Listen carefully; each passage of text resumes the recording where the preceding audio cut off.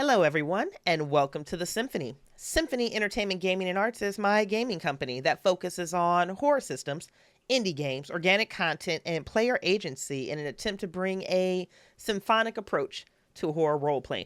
I am your host and your storyteller for the evening, and we are here with Sanguine Arch, Symphony's very first Vampire the Masquerade campaign that takes place in modern nights in Columbus, Ohio. Something to note, for this campaign, we chose to use the Mine Eyes Theater Vampire the Masquerade Laws of the Night rules that are published by Night Studios. So yes, we are actually going to be using the LARP rules, the live action role playing rules for this stream. We are likely going to be doing little to no mechanical changes to convert these rules over to streaming. So you guys are going to be watching us throw chops and doing reconciliations live on stream. As I mentioned in the intro, and if you guys have been around the halls of Symphony before, you know this community leans into high immersion. We enjoy hurting ourselves. We're typically pretty low combat, tragic. We love tragic risk and symphonic collaborative storytelling. So these rules just were a great fit for the type of stories we like to tell over at Symphony. And right now, we're definitely enjoying them. So tonight, we will be introducing Ivy. Ivy is one of the four kindred in our upcoming story. I'm going to get to Tiffany's introduction in just a minute, but we only have one announcement tonight. And guys, says we have a Patreon. And if you like this content and you would like to help us make more of this content, please consider backing us on Patreon at patreon.com/Symphony Entertainment.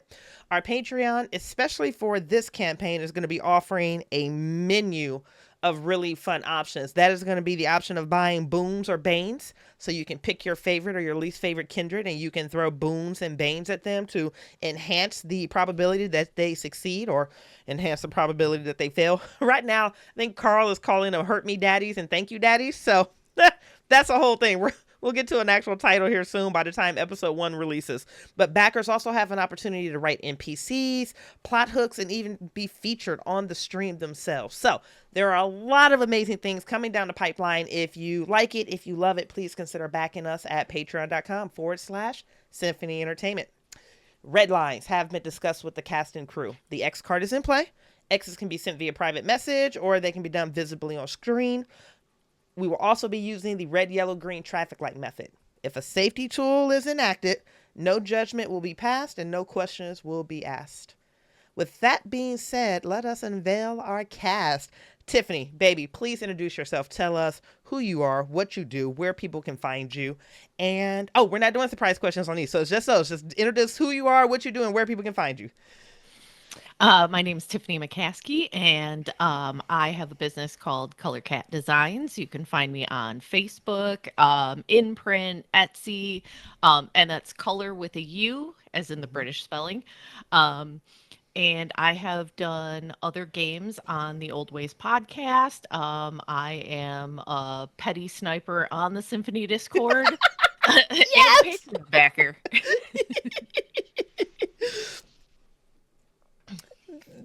I'm a petty sniper.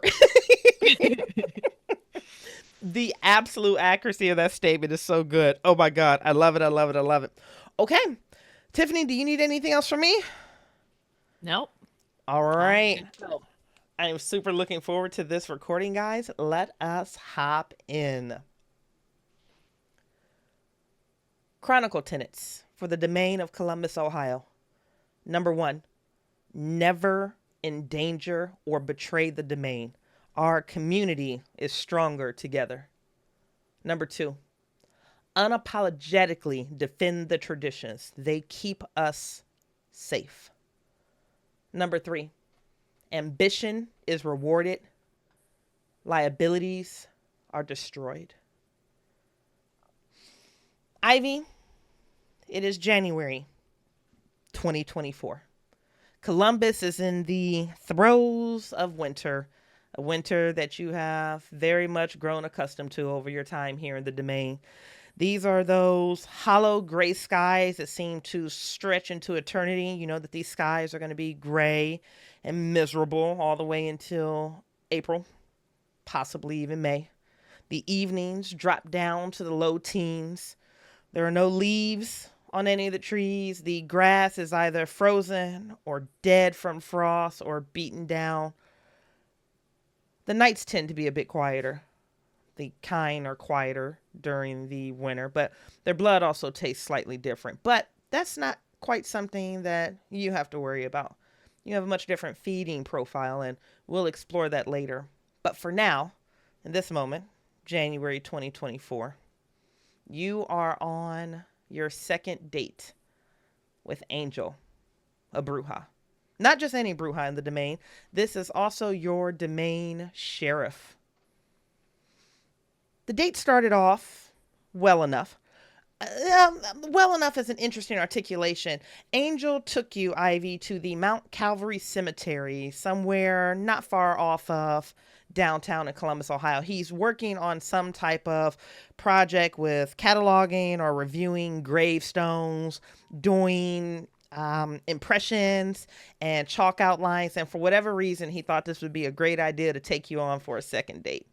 I am curious, where did you guys go for your very first date?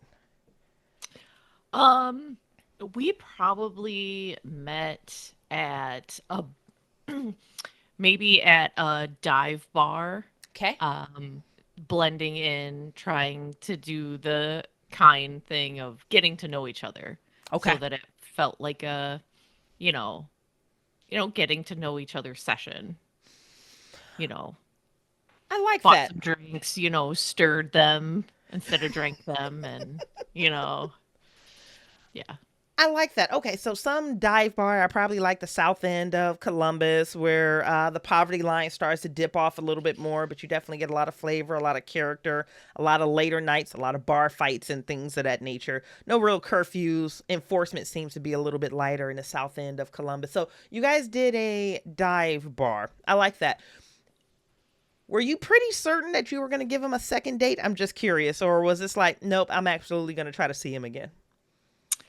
Um, I think I was probably on the fence by the end of the night, but given that I've had like a week to think about it and talk to him a little bit and things, I think he's grown on me a little bit. Okay. Okay, so he's slowly growing on you. Okay. Okay. No, I like that. I absolutely like that. So, first date at the dive bar. This is your second date where you still can't quite believe that he invited you to a cemetery. But you know what? Kendrick are nothing if not eccentric in their own type of ways. So, you'll see how this goes.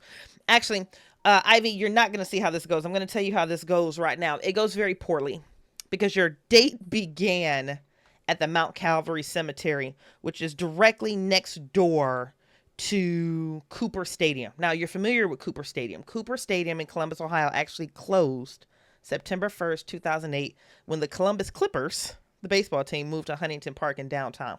So the last game that was played in this stadium was almost 16 years ago. And the city just keeps tending to neglect it or not sell it or not do anything with the area. So over the course of a decade, going on 2 decades, the entire field has grown over. It is just a mess of tall weeds as the city gets to, at least in the summertime, once every month or so to at least shave down so it's within its own ordinances. But when you're at a baseball stadium and you have like the seating that is beneath the rising bleachers, Hmm. that's what's left of Cooper Stadium right now. A field of dead, frozen over grass, and it almost looks like half of a maw that is hanging over. It is weathered, it is worn, it is covered in graffiti and trash. And with temperatures this low, the vagrants have moved to warmer areas, so at least it's completely vacant. But you are stuck in what must have been the locker rooms, one of the player locker rooms of Cooper Stadiums. It's a massive underground area where the copper has long been stripped from the walls. There are no more wooden benches. The lockers have been removed. And you are shoulder to shoulder with Angel. Your backs are against a door when a rushing thud hits the other side of the door. Both you and Angel are pushed forward and you immediately scramble back to hold the door to the best of your ability as dust and debris falls all over you and all over Angel. And he looks to you, he rolls his eyes, he smiles, and he says, "This wasn't this was not planned for the second date, for the record. And he immediately rolls out his wrist, and you know you're getting ready to walk into combat. What I would like to know here, Ivy, is while the two of you were exploring the cemetery, when did you become aware that a lupine was watching you? Um, well, I'm pretty sure. Hold on. Sorry, Mm-hmm. let me read over my notes. But I'm pretty sure I can't be surprised. Oh, I like this. Okay.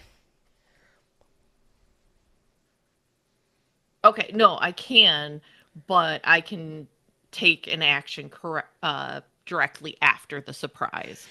Gotcha. Okay. So, Okay. So 5 minutes ago, before this werewolf chased you through the cemetery and pinned you into this locker room, just before you heard it call out with a howl and a response come back with two other howls, and you know that there are two more incoming.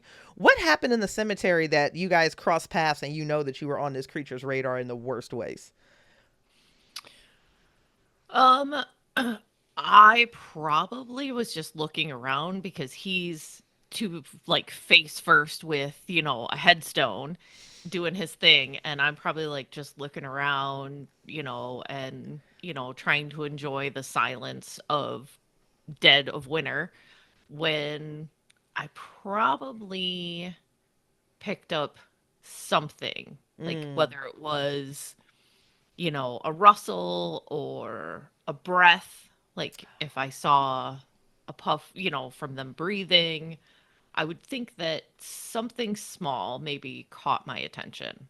Oh, that's perfect. I love the idea that while Angel is sitting here doing, like, what are those called, Tiffany? When you put a paper to something and you're covering it with, what is that called? It's not a It's shaving, a it's a it's a rubbing. rubbing. Thank you, Jesus. While he's like kneeling down doing a rubbing, and he's showing you some gravestone that was, erected in the early 1800s, right after, the state was founded, in this area. And he's giving you the history that you may or may not actually care about. He notices you notice something. And what you noticed was just a pair of red eyes staring at you. And just with your instincts and your awareness, you knew better than to face this thing, at least on open ground in a cemetery. That's 15 ways that could go wrong. So the two of you fell back to the remnants of this stadium, which is where you are now. Another massive thud from behind the door, and you can hear the metal begin to bend as the rapid sounds of the swishing and the clawing as this creature is fully transformed and getting ready to breach this door. What do we see of you? What does Ivy look like in this moment? Um, there's probably equal amount of excitement as there is fear, because this could go sideways, but this Yeah. is also kind of exciting. So, I would imagine that when he looks over at her and says, this was not planned, she probably laughs and is like, that's okay, and grabs her knives from behind her back. Oh, that is amazing. Okay. And when Angel looks over to you and you're connecting eyes as you are shoulder to shoulders, just the slight hint of one of his fangs populates under this sideways smirk. This is a Bruja. This is also one of the most fearsome individuals in the domain as far as the sheriff. This is an individual that enjoys contest and combat. And he looks to you, and you can just see the glint of that fang beneath his smile. And I am going to tee this actually back to you, Tiffany. What does Angel look like? Um, Angel is probably about, the way I pictured him is Mm-hmm. he's probably like 6'2", Okay. um, built like a wrestler, so like, nacho chip shape, he's got beefy upper body. Okay. And he is probably got really dark hair. I always pictured him Latino. Okay. So brown, he's got the really dark hair that's probably like almost like a 90s bowl cut, like it's kind of long but pushed back. Yeah. And he probably wears like black cargo pants and like a black t-shirt and then probably a motorcycle jacket. Flawless. Oh my God, that's perfect. Then my reverse question to you, if he is Latino, would you prefer that I call him Angel or Angel? Uh he probably has ever most people call him Angel because, you know, we're surrounded by white people. So Right. nobody's gonna say it right. Right. Okay. So That's what do you probably not even his like whole name. his whole So name, but just we went with Angel to make it super easy for everyone so we can move on about our day. Perfect. Ivy, you reach behind your back and your grip slips onto something very familiar. These are the handles of your custom knives because of course you have custom knives. If you didn't create them for yourself, the Banu Hakim would have created them for you as a gift upon your acknowledgement. So your hands slip onto the grips, the handles of these knives tucked into your lower back, and it's a very smooth motion where Angel removes his back from the door, slips directly in front of you, and pins you to the door and kisses you. And it is your very first kiss that you guys have. He also reaches behind your back. He's like, "Do you mind if I borrow a couple of these?" not at all. And We're gonna need them. he smiles. He says, "Sorry to put the cart before the horse here, but this looks to be a fun night." And this is something you picked up on Angel before. He does a lot of horse puns or horse jokes or it's whatever it is. You'll have to ask him about it one day, but a conversation rarely goes by where he doesn't make some type of a horse related reference, if that's something from his childhood or just a quirk that he has. But after he pins you to the door and he kisses you, and you give him permission to take these knives, he pushes you back by your hips where you stumble away from the door almost moments before just a sheet of metal just slides between the two of you and one, two, three lupines spill into the room. Now, by Night Studios, we are going to be doing actual combat rounds when the regular season starts. But because this is a prelude episode and I want to get as much of Ivy as we can in this moment, we're going to opt for the mediation mechanics, which basically means, Tiffany, you and I just narratively discuss what happens. If you want to get your ass beat during this combat, then let's get your ass beat during this combat. If you want to show off and have like the best combat of your life, great. If you want to meet somewhere in the middle, it doesn't matter. But the two of you and I are just going to go back and forth with how this looks. So you're in this deserted locker room. A sheet of metal has just flown by you, and three lupine creatures, quadruped with hyperextended jaws, with mountains of drool falling over their lips and blood red eyes, pour into the room. Two of them immediately focus in on you, and the third, looks like the runt of this particular litter, focuses in on Angel. What happens next? Um well, I do have Quicksilver, so Mm-hmm. I would think that maybe I would be able to um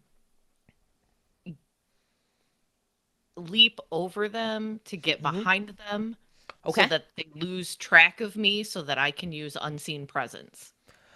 Oh, just take narrative. What does this look like? Just tell me what it looks like. What do you do?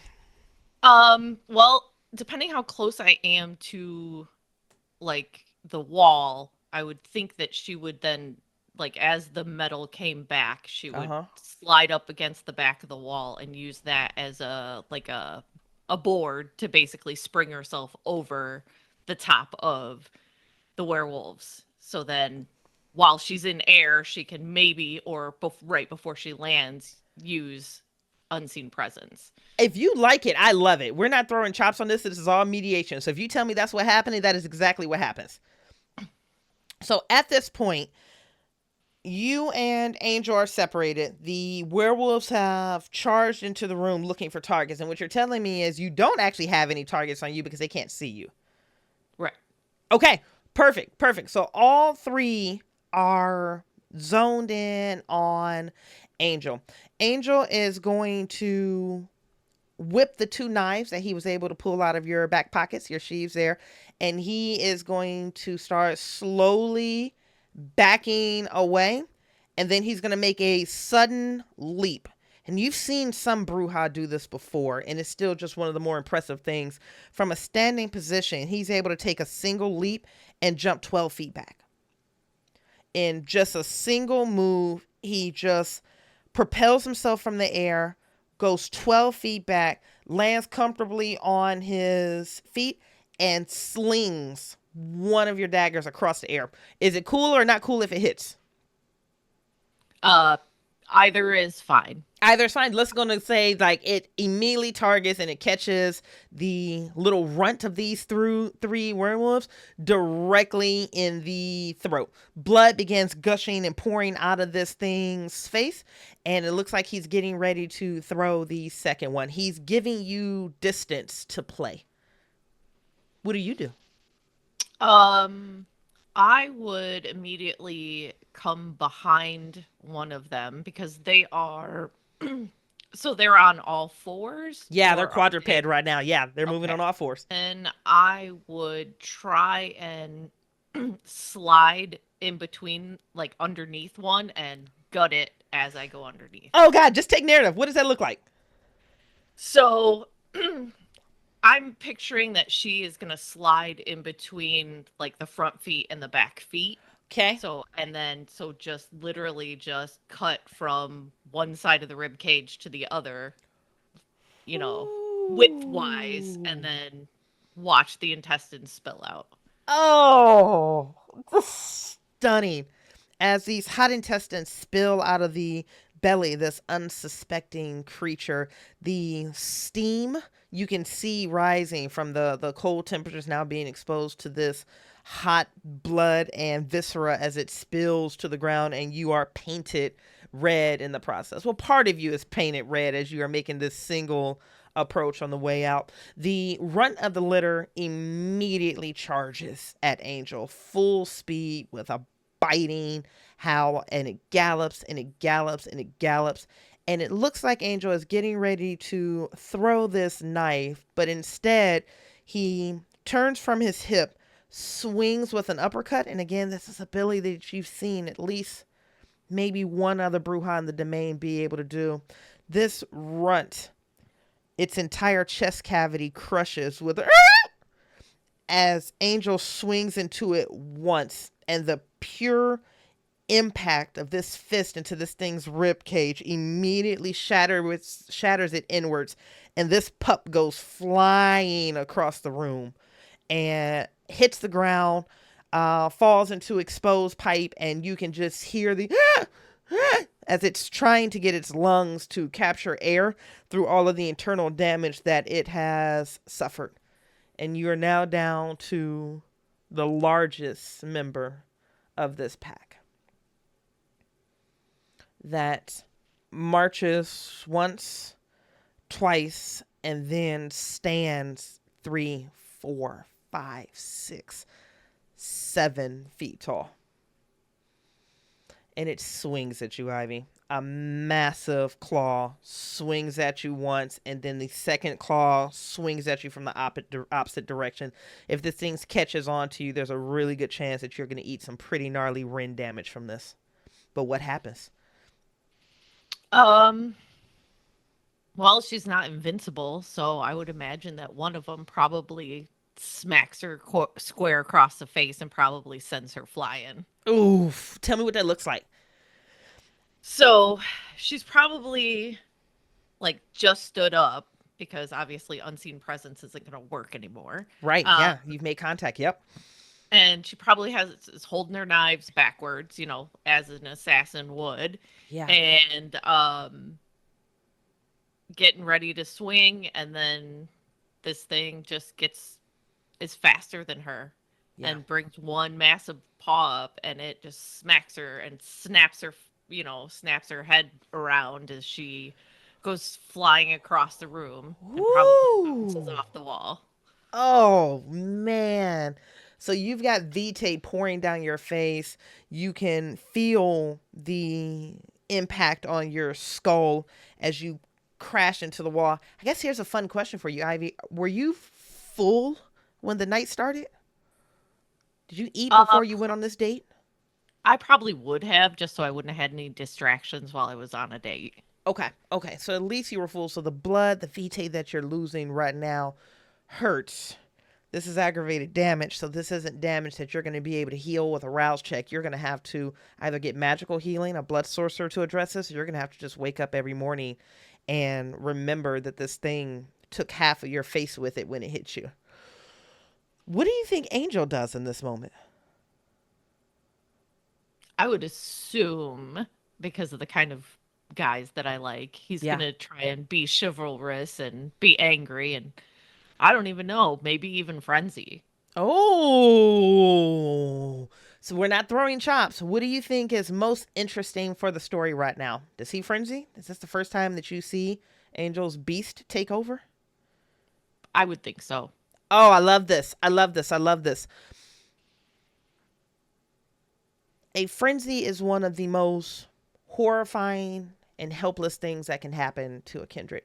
It is a total loss of control, is a total loss of your faculties, your willpower, your focus, your decision making. Because at the point that you were embraced, something lives within you, and it's called your beast.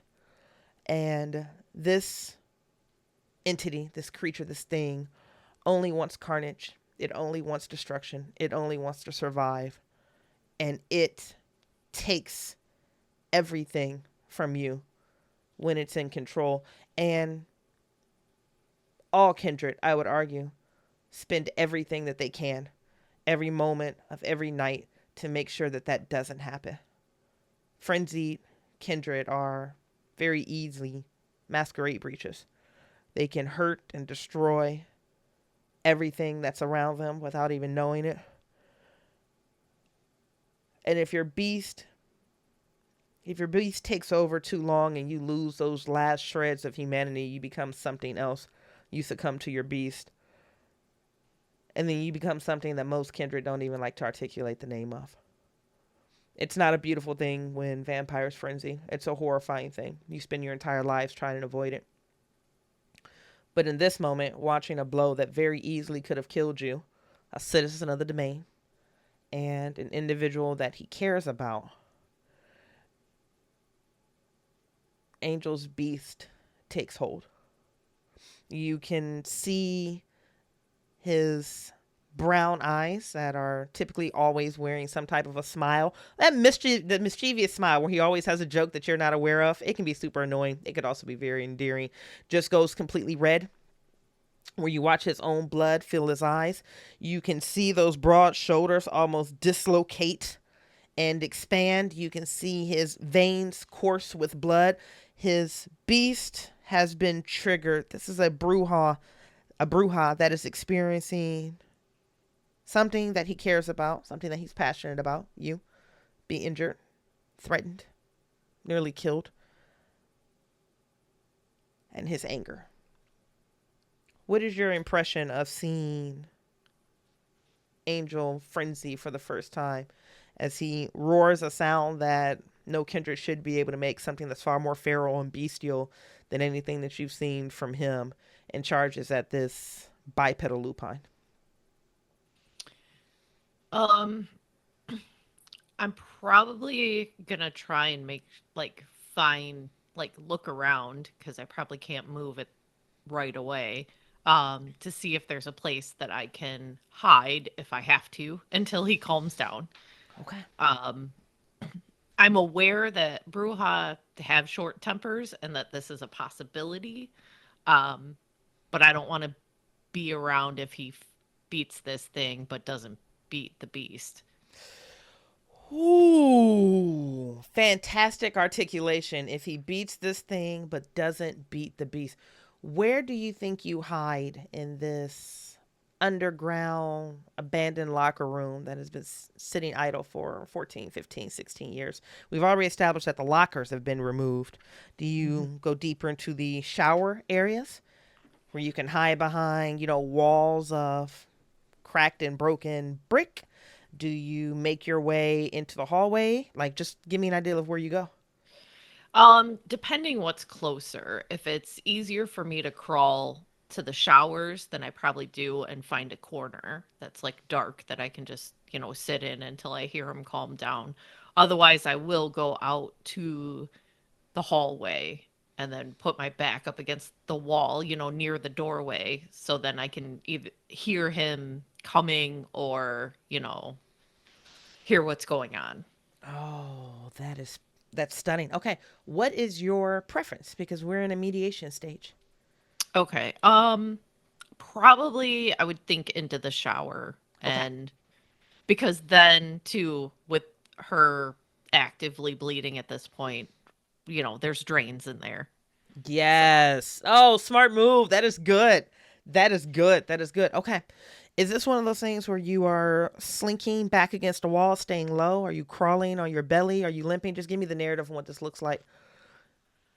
um, if I can stand, she probably would stumble with a hand along the wall to help her up. Yeah. Okay. Okay. To like help keep her steady, but she's probably can only see out of one eye and, needs the wall to feel like where it changes to the shower. Oh, that is stunning. Okay. That is stunning. So you feel your way and you dip around the corner. You can't see much because both of these creatures are moving with celerity speed.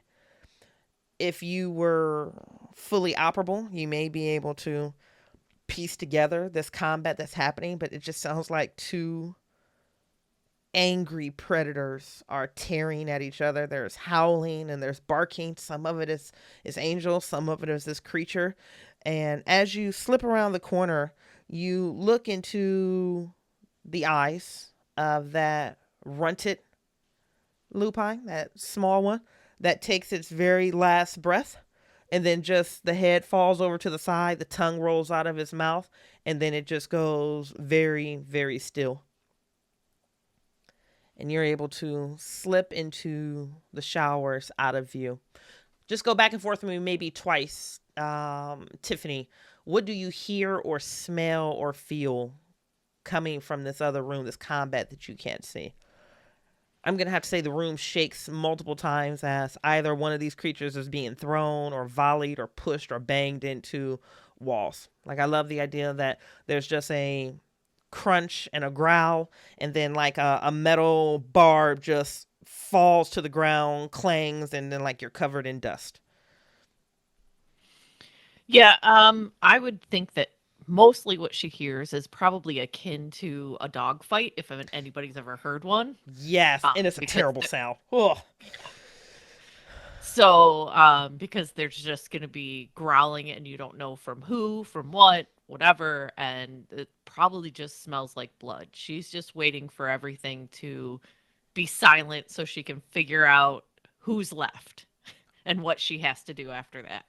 oh, well said, well said. Okay, I think there's a howl, a canine mixed with human howl, and then there's just a rip and a splash. And then I think things go quiet. Your tee up. Okay. Then she will stand back up and try and get back into the room to see, or at least the doorway to see who's left standing, if either one of them is left standing. And I think of how she's going to explain about the sheriff. Yeah, yeah, oh god, yeah, yeah.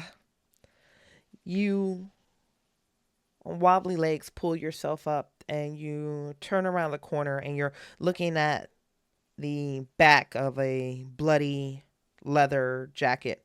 The body of this larger lupine is stretched out across the floor, and there are two things in Angel's hands that you can tell. There's the head of this creature in one hand, and in the second hand, from what you can tell, is the bottom mandible of this creature's jaw that's been completely pulled, and it's just the tongue is lolled out and blood is dripping on either side. And the sound you make, as subtle as it is, when you stand and turn into that room, triggers Angel enough where he spins around, and you can see the red is already starting to pool from his eyes. And he looks to you as his chest is heaving. He's breathing heavily. He's taking in breath that he doesn't need at this point. Neither of you have had the need to breathe in a while, but some things are very instinctual, especially with this level of exertion. And he looks to you, and you can tell that he's coming down, but he's half there and he's half not there.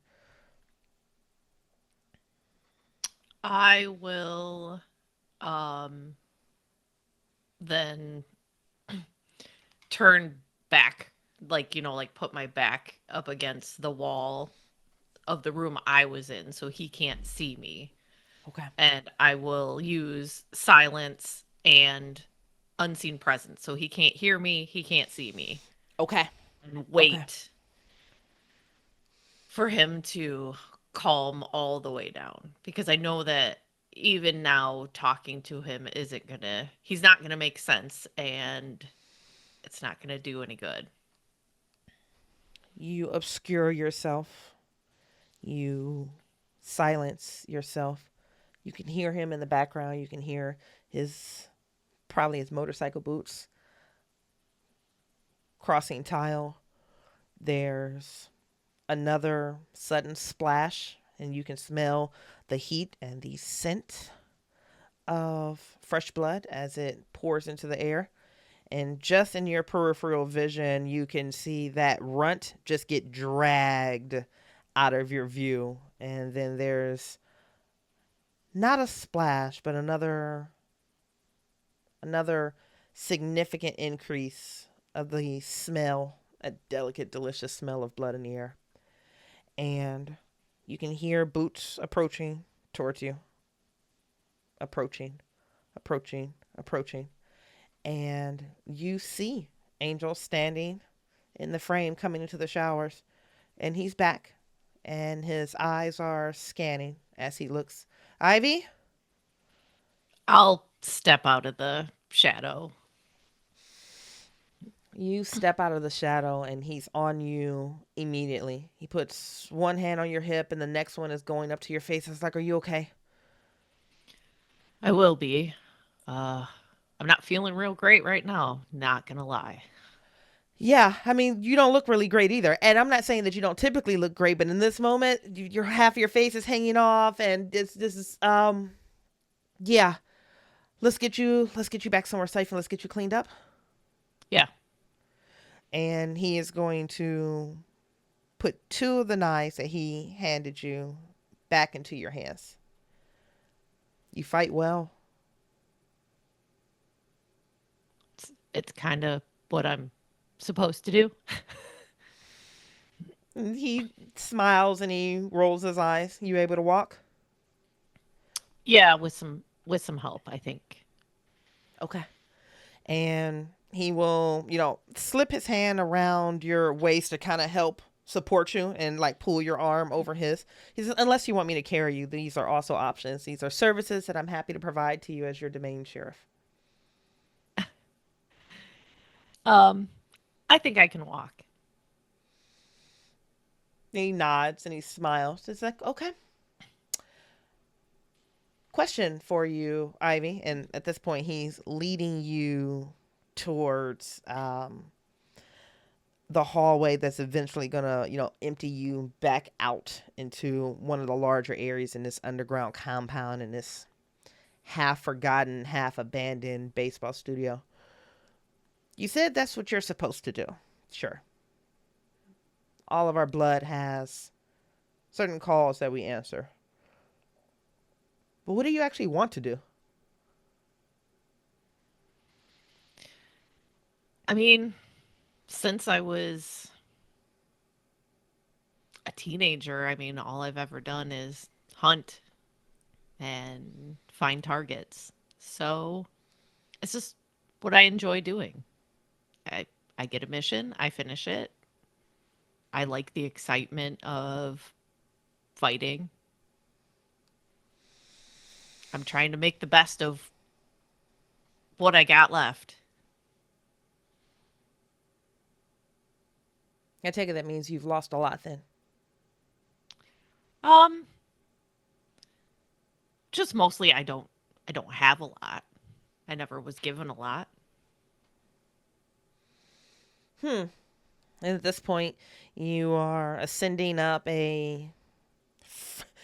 it's a freestanding set of concrete stairs. It's like one of those slabs that will lead you up kind of like into this dugout area that doesn't exist anymore, but the handrails, the metal that was holding those is long gone. One of them is actually there, but it's mostly rusted through, and probably you don't want to touch it. But he limps, hobbles, works you up these stairs where you are sitting just, I'll say, 20 feet up on the front row of what you would be looking at from the arena stadium, looking just over the iced over fields in front of you.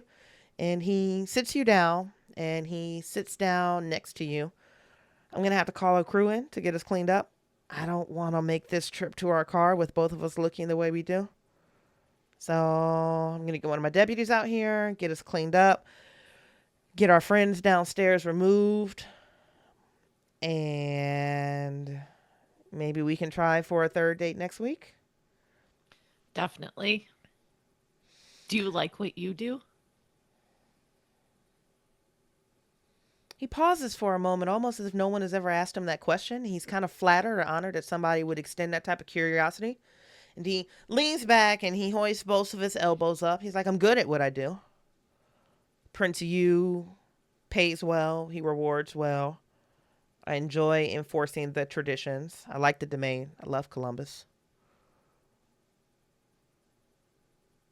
I don't know if I would say this is fulfilling as much as it is necessary.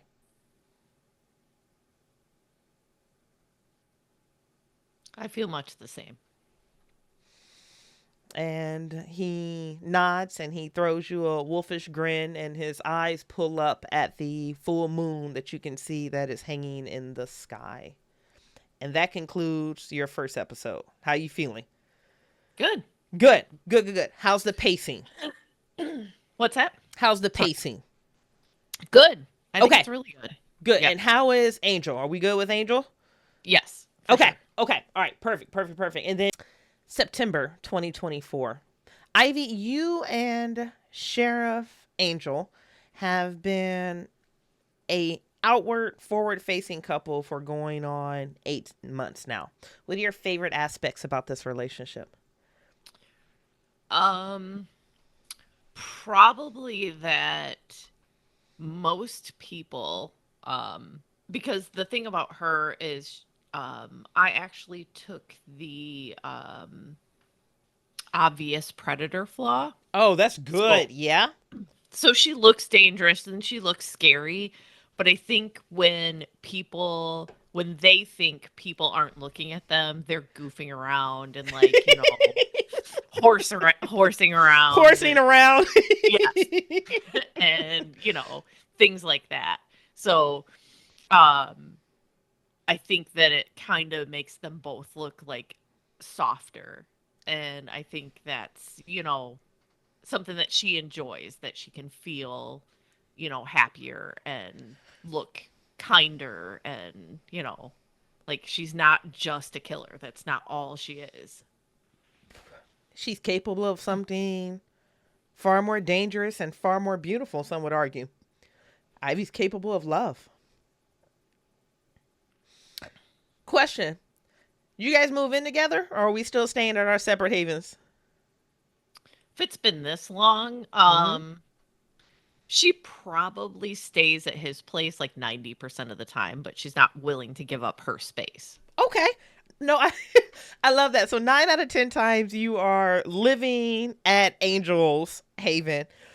He never puts any pressure on you to give up your space. He doesn't question on the few nights that you decide to sleep at home. He's very patient about not pressing you whenever it is that you need your alone time. He doesn't typically ask you about your contracts, but he's willing to talk about them when you are. He is very non-invasive that way. He's not looking to leash you or control you. He absolutely celebrates everything that you are and your own independence. He absolutely holds all the doors open for you, but he doesn't push you out of the way in combat. If you guys are going, you're going toe to toe to the front line to whatever conflict it is. It's a good balance. Okay. And you two, what I'm getting ready to tee up for you, are in the middle of a disagreement. And you're saying you're mostly staying at his house. So just give me a quick description of where you think Angel lives. Ugh. Um, Is he in a swanky downtown flat? Does he have a house in a residential neighborhood somewhere? yeah, I bet you he has probably the most mundane, like he picked out the most mundane, normal looking place. In, like he probably lives in the middle of like white suburbia, picket fences, like it's just like he's just trying to just because he's not out during the day, a lot of his neighbors don't see him or whatever, Yeah. so he can just blend in and just be here. And then if somebody's really looking for him, the last place you're gonna really look is like this normal, like middle class house. Yeah. No, that that is so perfect. So let's say he's in a 4-level split house somewhere in Westerville, Ohio. I love the idea that it's like sitting at the bottom of a cul-de-sac where like one neighbor works for the fire department, so they're not home every third day. The other neighbor is a nurse that probably works the day shift and is asleep most of the night. Another neighbor he's actually cool with. I mean, none of them know what he is. None of them know what either of you are. But I like the idea that he's just in a random 4-level split house at the bottom of a cul-de-sac somewhere in a mid-income area that probably has decent schools. Yeah, right. Oh, I love it. I absolutely love it. So, one thing well, not one thing. Angel loves his recreation. And you know that his recreation is a big way for him to channel his beast and his constant anger that he fights, because as a Bruja, that's something that he constantly is at war with himself, is anger, whether it's righteous anger or any type of anger. It doesn't matter. That's just something that is constantly present, not only within him, but now within your relationship. So he finds lots of ways to outlet this stress. So one of his rooms is like a full gymnasium with the punching bags and the sparring ring. You guys probably get great practice in there. Another one of his rooms, probably the second or third bedroom, he's turned into like a gaming room. He's a big fan of his arcade games. Some kids never grew up. He probably has 2 or 3 of those along the wall, along with like air hockey. No, ice hockey. What is that called? It's air hockey, right? It's air hockey, yeah. Yeah, with like air hockey table there that he's a big fan of, and then plus like the video game console in the corner. Every room is, as much as I hate to say it like this, every room is a way to distract him or help him control his anger. It's just he has the tools available to help him channel the challenges that he knows that he has. The room that you two are in right now, and I'm about to tee you up for a fight. What room in his house do you believe you guys are in? You can just pick a room and give me a brief description of it. Um, I would assume it would probably be when we're both working out, with it. So probably in his home gym, which Okay. is probably all the way in the basement, so people can't hear, Perfect. Okay, so him this is where yelling his or weights whatever. are and things of that nature. Hmm. Perfect. Okay, so Angel retreated there after you two arrived home after an event, and I need your help building this event. Again, this is September 2024. You guys have been in a relationship for about 8 months right now. As the sheriff of the domain, he has various expectations. The biggest one is going to be to ensure that the traditions and the prince's laws are obeyed. He hunts down violators and delivers punishment. And these punishments can be, lack of status, to torp in a box, to all the way up to death, if that's what the prince has decided for judgment. There's a tactical skill and a ruthlessness that comes with his job, and this is something that Angel can do fairly well. Something else he has the ability to do is once per month, He is able to take the status of any member of the Camarilla and drop them all the way down to 1. And you know how important status is. Status is your reputational currency. Office matters, but even princes have to acknowledge when they're a lower status of another individual, an elder or a person that has achieved a higher amount of status, depending on what your number is and your monkiers or your designations that come with it. It is the way that Camarilla can control who is in control. An event happened. I need you to talk me through it. A visiting member of the Banu Hakim came into the domain. You were all at a gathering. This member of the Banu Hakim broke one of the traditions, and we need to talk about what they broke and how. Now, the only thing I'm going to say that they can't do is they didn't break the tradition of destruction, because at that point that'd be an automatic blood hunt probably, and they would die. But either the Masquerade or domain or even hospitality, maybe they showed up and didn't have the prince's permission. They broke some tradition. I'm going to have you talk me through this. And a conflict ensued, and Sheriff Angel dropped this particular member of the Banu Hakim from their 7 status, which is impressive. Prince U only has 9. From their 7 status all the way down to 1, which immediately took them out of the political running on any type of conversation they could have with any individual for the rest of the month.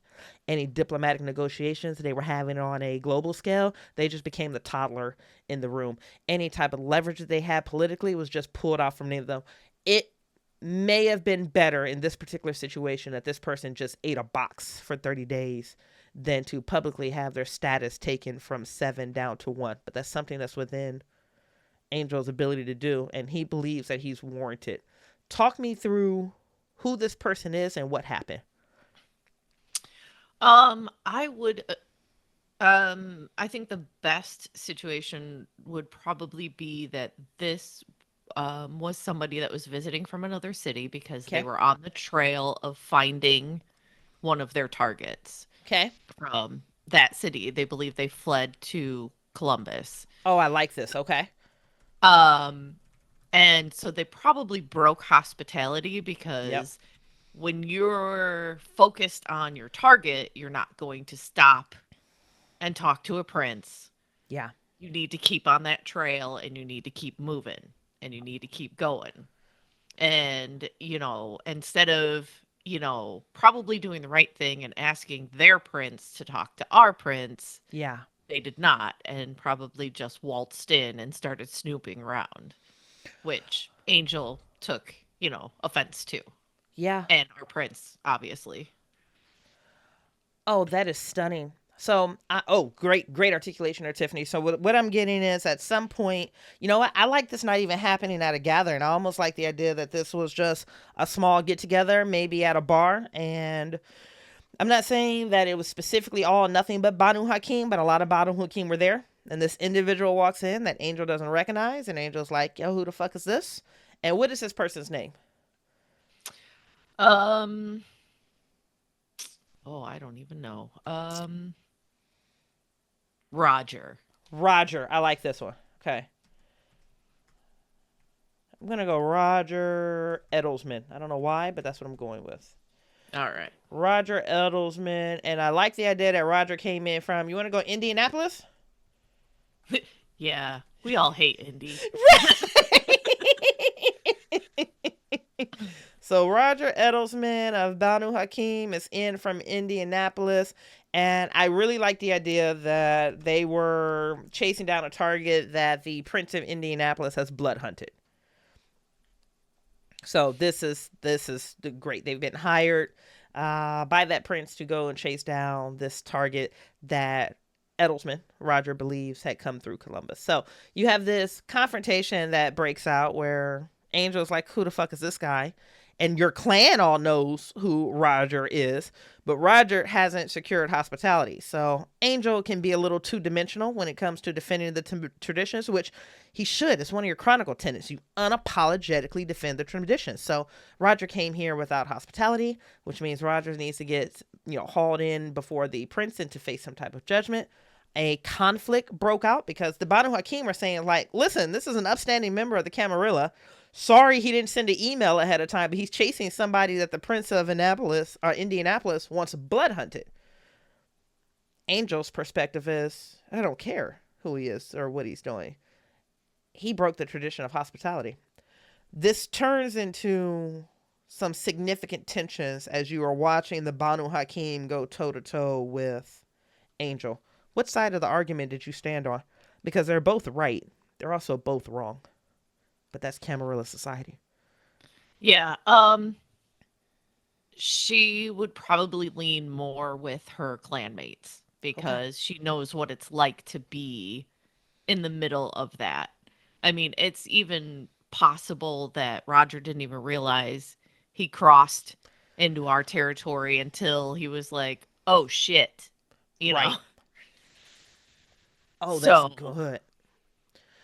So while your sire, who isn't actually participating in much in this conversation as he's hanging back, half bathed in shadows, half not watching. But as your sire, his other child, and various members of Banu Hakim, and a few other members of the domain are going back and forth with each other, how do you subtly side with your clan over Angel? Just what does that look like? um I probably would look at Roger and tell him, "So you already had plans to see the prince, didn't you?" Oh, that's so good. Oh, that's so good. What's the first emotion that hits you when you see the disappointment and the hurt in Angel's face? Uh, Probably a little bit of hurt, but at the same time, it's also a clanmate and somebody in high standing, and I know what he's feeling and what he's going through. The argument doesn't continue after that point. It's almost like by you choosing clan over Angel that the wind is pulled from this moment. And that's when Angel dropped the status drop and dragged your clanmate from a 7 status all the way down to what a neonate would get once they leave the accounting. Just a sheer acknowledgement. Which means if Roger did request hospitality in the next city that he went to, he's coming in as almost nothing. Prince may look at him as like, you're too much of a liability for me to have you bouncing around in the backyard. You haven't even established yourself. Because the status he had doesn't matter. It's the status that he has in this moment that does. So, with that reconciled, you guys are at home. Angel is pacing and he's opening his fingers, closing his fingers, building fists, closing fists, and you can see him surfing on just the red waves of his anger as he's moving back and forth.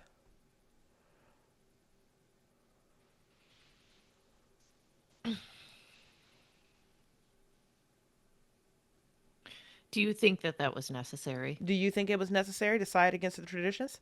Your prince? Me? I also know what it's like to get sidetracked. He could have gone to the prince that night. And I could have killed Well, him. tonight. I could have killed him. That would have been within my right.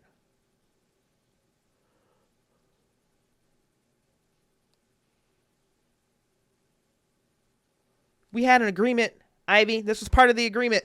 You don't interfere with my job. I don't interfere with your contracts. This was you breaking that agreement, Ivy. Not necessarily, because all of my clans have contract. All of my clan gets contracts. What if it were me? What if I didn't realize that I wound up in somebody else's territory tracking down somebody else? But it wasn't you. It was some asshat from fucking Indianapolis. But it could have been the other way around. It could have been me ending up in Indianapolis. I'm not sure if Our prince Indianapolis, would have told Ivy. me to go.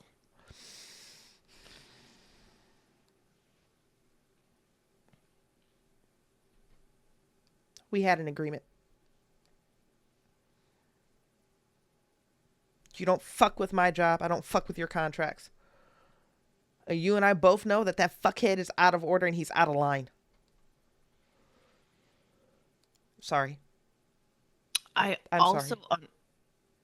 I understand that we've got to have some grace. I understand the traditions. We have to uphold them, but I think also dropping him all the way down to one status is a bit extreme.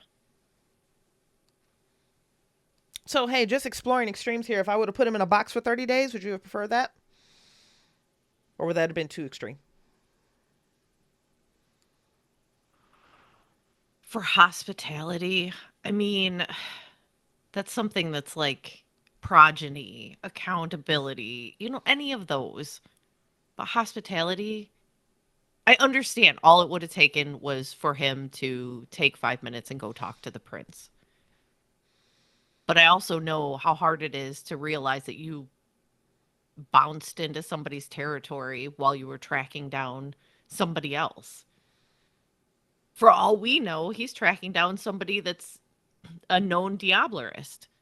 And now that person's getting even further away.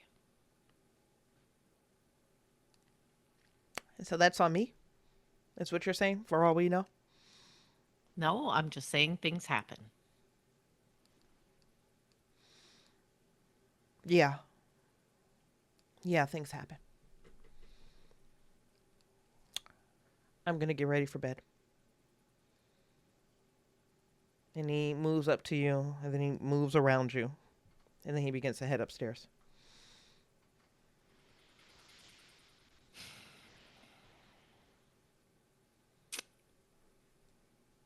I will probably go and lay on the couch. Okay. Because I'm not willing to like just walk away and go home. Because to me, that sounds like the end of everything. When I think, we're just angry and we have a disagreement. People disagree.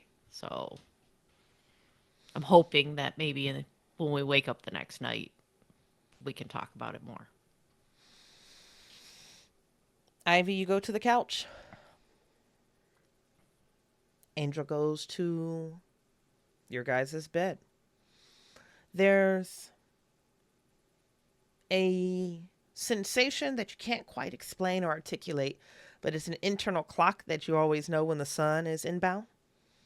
That's when you begin to power down. Your lids get heavy. You can feel the internal exhaustion. You can feel from the couch in a room that sunlight can't pierce that the sun is incoming. And as you're on the couch, replaying the events of the evening, replaying the argument in the basement, you can hear Angel coming down the stairs. I will force myself to sit up and look at him. It takes some effort to actually pull your body that wants to be down and preparing to sleep to be up, but you force yourself up, and you can tell that he's forcing every foot forward to get to the edge of the stairs to the couch. He has a pillow, and he's dragging behind the duvet cover from your bed. And he just barely is able to slip beneath you on the couch and pull the cover over you. It's a jagged, unsettling motion because he too is losing power in his feet, his ankles, his thighs, his hips, but he just manages to wedge himself between you and the couch as he pulls a blanket over you. He doesn't say a word because he's too angry to say a word, but he also loves you too much to actually let you sleep downstairs alone. I will try and adjust myself to snuggle into him and yeah, go to sleep. You fall asleep. Angel has something in his blood that allows him to wake up about an hour before the sun actually rises. Something either in his bloodline or some ability that he took that gives him the early ability to wake up. But When you wake up on the couch, he's not present. You can hear him moving around, probably downstairs in the workout room. You can hear that sound of a fist hitting into the punching bag. You can hear the sound of the punching bag coming off of the moorings on the wall. You can hear the sounds of the punching bag crashing against the floor. At this point, you have 8 or 9 of them lined up for these moments. He's going to wind up stringing something else. But when you wake up, because the sun has allowed you to rise again, you're wearing something on your neck. And Ivy, this is what you see. It is, I don't know if you can see this in the camera. Yeah. Can you see that? Yeah. So it is a green crystal that is wrapped in silver, and it is tied to a chain, and it is attached to your neck, and you can feel magic of some sort radiating off of it. You're just not quite sure what it does, but you can feel that energy pouring from that stone. Okay. I will make sure that it, is secured well, Yeah. and then slowly make my way downstairs. You make your way downstairs, and you're met with a sincere smile as Angel is stringing up another punching bag onto like one of the hard points from the ceiling. While he's got his arms up, while he's trying to pull the bag up, I'm just gonna walk up behind him and hug him and whisper that I'm sorry. He nods, and you can feel his shoulder blades pinch into you, almost like he's hugging you from reverse while his arms are still suspended. He leans back into you and he says, "Yeah, I'm sorry too. I wasn't my best last night. I don't regret taking it out on that fuckhead Inglesman, but I do regret taking it out on you." And he turns around and he looks to you, and he just kind of drops his forehead onto yours and kisses the side of your cheek. He deserved it. You didn't. Same. I Both of you were right, both of you were wrong. Yeah, one of us was right and one of us was wrong. And he smiles at you and laughs because he knows. This is arguing with you just for the sake of arguing with you. Yeah. he knows. He knows. I also know that I can get on a high horse, and sometime when I'm riding in a certain direction, I tend to stay in that direction.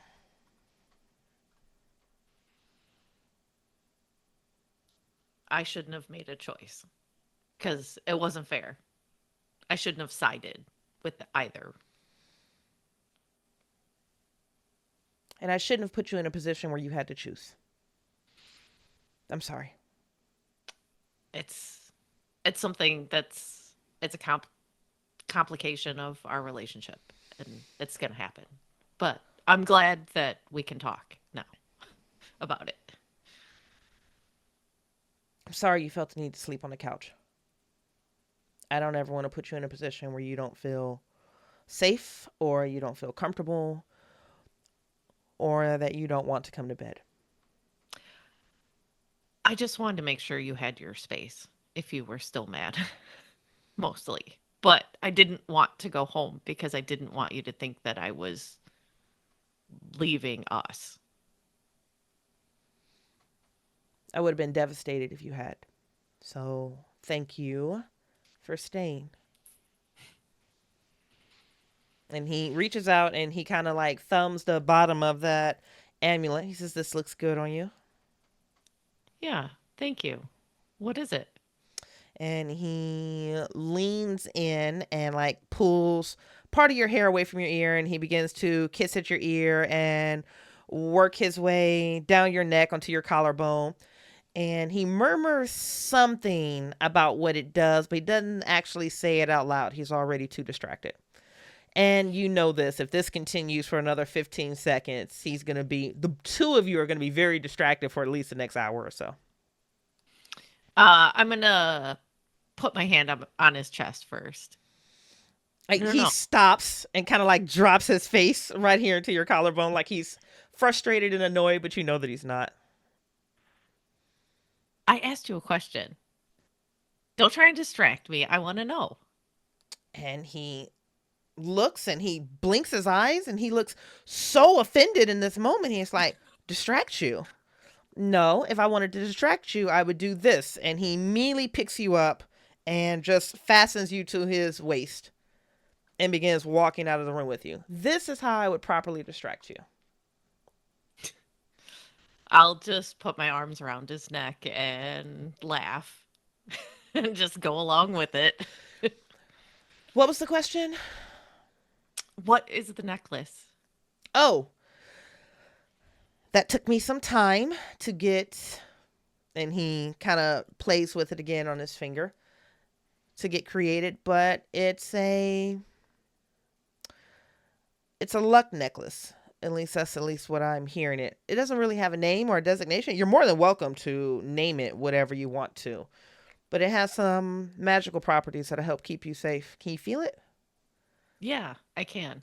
It's pretty neat and thoughtful. Thank you. I'm a very thoughtful guy, Ivy. I'm also always right.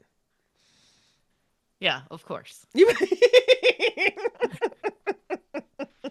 you onto the couch and you spill onto the cushions of the couch that you both slept on last night as he climbs on top of you and just presses his weight onto you, almost pinning you into this moment, into him, into his adoration, into the couch. And he explains to you the properties of the necklace. So, Tiffanie, out of character, I'm actually going to be mailing you this week, so you will actually have this as an in character prop. And what it does is these are non-reusable, so these are 3 activations. If you fail a chop, you can immediately throw another chop. Okay. So with the way these mechanics work with the By Night Studios rules, this is very unforgiving. So like if you're in a contest or if you're active, or you're making a frenzy check or a rouse check or anything, if you fail, it's just a fail. There's not a, hey, let's retest with willpower. There's no magic items that actually do this. This is something that Bridgett is making up. So this will give you 3 literal, hey, that didn't happen, I'm going to retest for free chops at any point. So that'll be yours to manage, but that is the gift that you are wearing. Awesome. Awesome. Thank you. Yeah, you are welcome. You are welcome. You are welcome. I think that's a fun gift. Especially because in this game, if you if you lose a chop, you just lost a challenge. And that's Yeah. unforgiving. Okay. That concludes episode 2. How you feeling for 3? Things for the past couple of weeks have been tense with the Banu Hakim. Your clanmates have been quietly unforgiving about Sheriff Angel and your relationship with him. They're not saying it directly to you. It's much more insidious than that. Last couple of weeks, things have been happening around the clan that you're picking up on that are concerning and hurtful and potentially scary. They are hosting meetings without you. They're calling clan meetings and then deliberately not telling you about it, but then holding you accountable for not attending the meeting. Whispers of you not being loyal to your clan, whispers of you being more loyal to the sheriff than your own people, even though you stood up for Roger. You're seeing these shifts inside of the clan. Your Primogen offered status awards at court, where several of the neonates among the Banu Hakim were rewarded with status beyond acknowledgement, feared, ferocious, loyal. You're overdue for status, but you weren't called to the stage. It's one of those moments that after your Primogen stepped down and made direct eye contact with you, that your anger was matched with Angel's anger, and both of you had to hold each other back from physically or verbally articulating your distaste. Your contract numbers have dropped recently. You're not getting the business that you usually get. You and Angel are at home currently when an emergency beacon goes off that calls both of you to an Elysium. Now, Prince Stephen Yu is a visionary in many aspects when it comes to Camarilla society. And one of the things he did when he took Praxis, over a decade ago, was to make sure that every kindred that had hospitality within his domain had a streamlined way of being notified if something happened. If a kindred fell to the beckoning and was no longer there, you would get called in to an Elysium or to a gathering, a public announcement would be made. If hunters were in town, this beacon would go off and every single individual will be called in. Typically, unfortunately, when you get called in, it's because something tragic has happened. You usually don't get called in for good news. Those are just on your regularly scheduled events and gatherings in Elysia. But one thing Prince Yu is very intentional about is meeting people where they are. So a lot of kindred, for good reasons, have an aversion to technology. The Second Inquisition is very real, and they trace phones. Thankfully, your Nosferatu population is very talented here in the city. But how does the emergency beacon reach you? Does an animal messenger arrive for you? Do you have a pager? It's just an app on your phone that's secured with the local Nosferatu from below that, set up these type of things. Like, how are you notified if there's an emergency response? Well, I actually don't show up on any technology or background checks, Okay. so I probably have a phone. Yep. And yeah, I would assume that I have like a secured app that's only for that. And it's like an Perfect. encrypted app from both ends, Yep. that kind of thing. Yep. That is perfect. That is perfect. This is something that Angel has as well. His is on double duty. He has one tied to his phone. He also has a pager that is nothing but the prince needs you or there's been an emergency summoning. So wherever you are in your home, you can hear those three devices all ringing out simultaneously. And you're being called to the Edwin Funeral Home, which is located at 1012 Broad Street. It looks like the keeper of Elysium is calling you all in, and she does indicate that this is Elysium grounds. Now, Tiffany, you're pretty familiar with vampire, so I'm not going to go into what Elysium is for you, but especially because I've done it in previous recordings. But I will let you know here in By Night Studios, Elysium only has one rule. You know how some games have like 15 different tenants or 5 different tenants, or it changes from the domain to domain? It does, but per By Night Studios rules, the only hard rule of Elysium is that physical violence is not permitted. Mm-hmm. That's the only hard rule. Also, in By Night Studios, your Elysium can move from location to location. So this Edwin Funeral Home can be in Elysia tonight, but not tomorrow. It's whatever the keeper or the prince decides. This isn't like once it's established as an Elysium, it's there until it's officially decommissioned. It can move from night to night. Now, your keeper is Hakata. So she tends to hold her Elysium or her events at funeral homes, grave sites, or anything super adjacent to death. It's not the most surprising thing in the world. But you guys are being called in to the Edwin Funeral Home on 1012 Broad Street. Just a couple things about Edwin Funeral Home. This popped up into the news about 6 months ago. They're the first funeral home in Ohio to apply for a liquor license and succeed. I know. Okay. The more you know. So, where are you in the house right now? I was probably, I don't know, wherever Angel was. Like if he was working out, I was probably like lounging on one of the benches or, whatever. No, I like it. I like it. Hell, let's make them even lazier. How about you guys are like laying down watching terrible reality TV? That was my other thought, like sitting on the couch, like being mundane. And, yeah. He's not on patrol tonight. He's got his deputies running. So you guys are laying on TV, laying on the couch watching like mundane reality television, entangled with each other. And that's when his pager and his phone and your phone goes off, and he looks down at the message and he looks up to you. He's like, fuck, we gotta go. Oh, son of a bitch. I'll gather up my stuff and put my phone in my pocket and get my shoes on. Same. It's a not a frantic, but it's a very hurried. Angel snaps on his boots. He grabs his jacket. He's like, "Hey, are we driving together? Or are we going separate?" Uh, we can go together. That's fine. Okay. And he turns and he throws his car keys at you as he runs upstairs to, and you already know that he's getting his duffel bag of toys. Violence isn't permitted on Elysium, but sheriff and keepers have some wiggle room on enforcing if violence does spill over. Hmm. Angel likes to be prepared.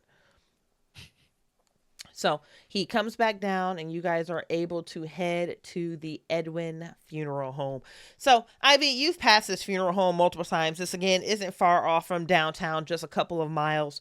The Edwin funeral home is a two-story residential home looking business. It literally has like the two-story white home with the large porch with the swing and the handicap accessible ramp that's a little oversized and too big and too long, because you know it's not just for disabled individuals, it's also for like carting coffins in and out.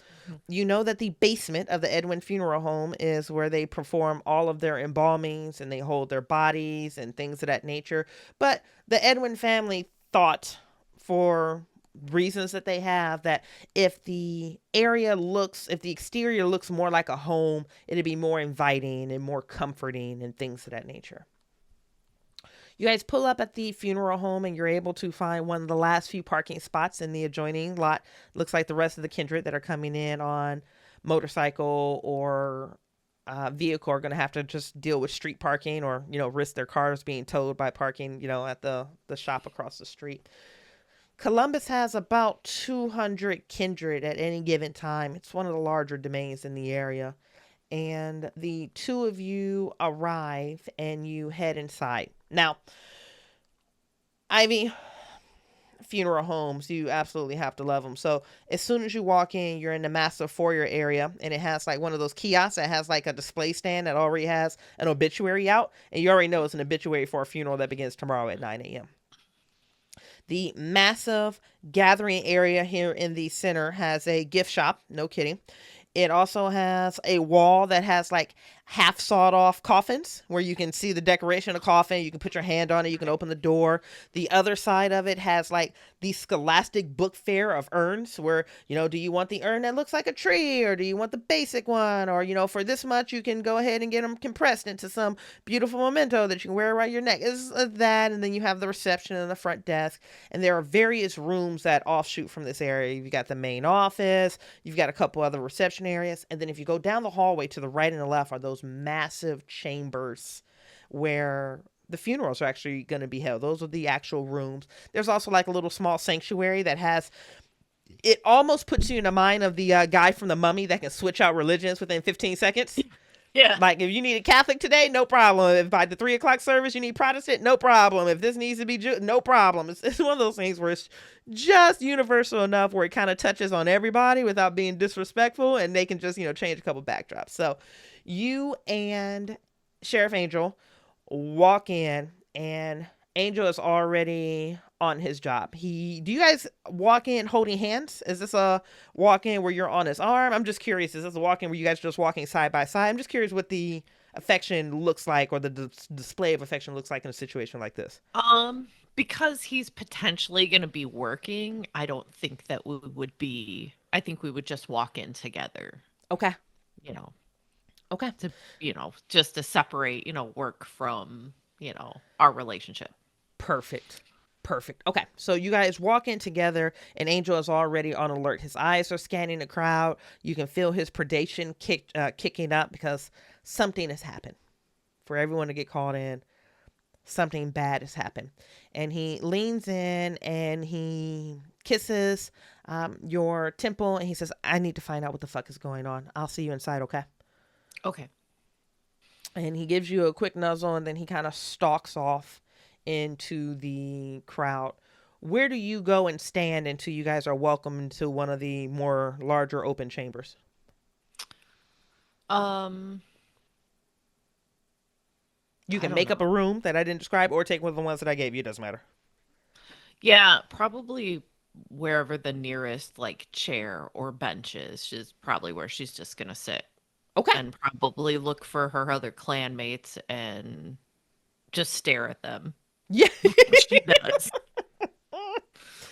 I like the idea that you're in one of those wooden memorial benches where they also have like a price tag to it. It's like, would you like one of these in one of our public parks? We can da da da da da da. And it's like, send one of those. And it has a fake placard of somebody's name and it's something corny because they want to make you laugh and whatever. So you're sitting on one of those benches and it looks like up the hallway, 4 or 5 of your clanmates are gathered together. And when you walk in with the sheriff, they all glare. And then suddenly they pretend that you don't even exist. You're a non-factor, you're a non-entity in this room as they kind of turn and continue with their conversation. You see a few interesting people come in. It is Columbus Kindred. They do tend to be very colorful.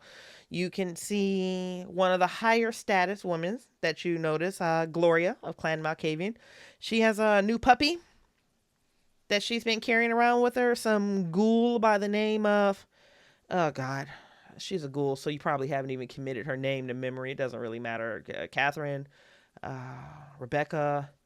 Yeah, you can't remember her name, but Gloria has a new puppy. And speaking of puppies, not too long, you do notice Mr. Prim arrive of Ventru. His status is high enough that anytime he enters in a room, you are required to stand up to acknowledge him. He's one of those. He also brought his puppy tonight. Look at that. He's got his childer with him. That childer, you do recognize the name. There's a lot of potential scandal surrounding that name. It's Connor. Connor has been under the accounting for over 30 years. 30 years. Ivy. Most kindred are getting turned out from accounting to acknowledgement in like 6 to 18 months. 30 years. At this point, it's just slavery. But no one in this town other than the prince has a status to say anything to Mr. Prim, so we all just pretend it's not happening. Yeah, so I probably grit my teeth and stand up. Mr. Prim looks over you.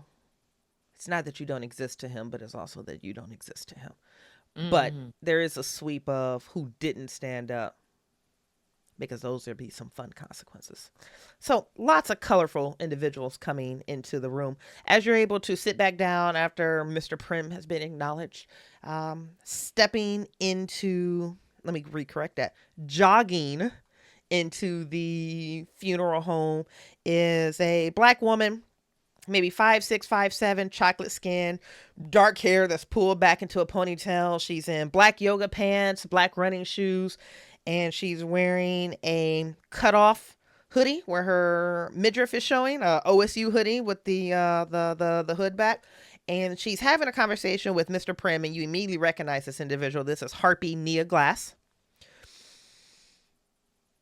You haven't had a lot of interaction with Harpy Nia Glass Ivy, but the one thing you do know from your clan's pipeline is your clan as a whole will not cross this Harpy. And you know the only way to silence a Banu Hakim to this degree, it's not fear as much as it is surgical respect, is she likely has blackmail on them that could unravel them in this domain.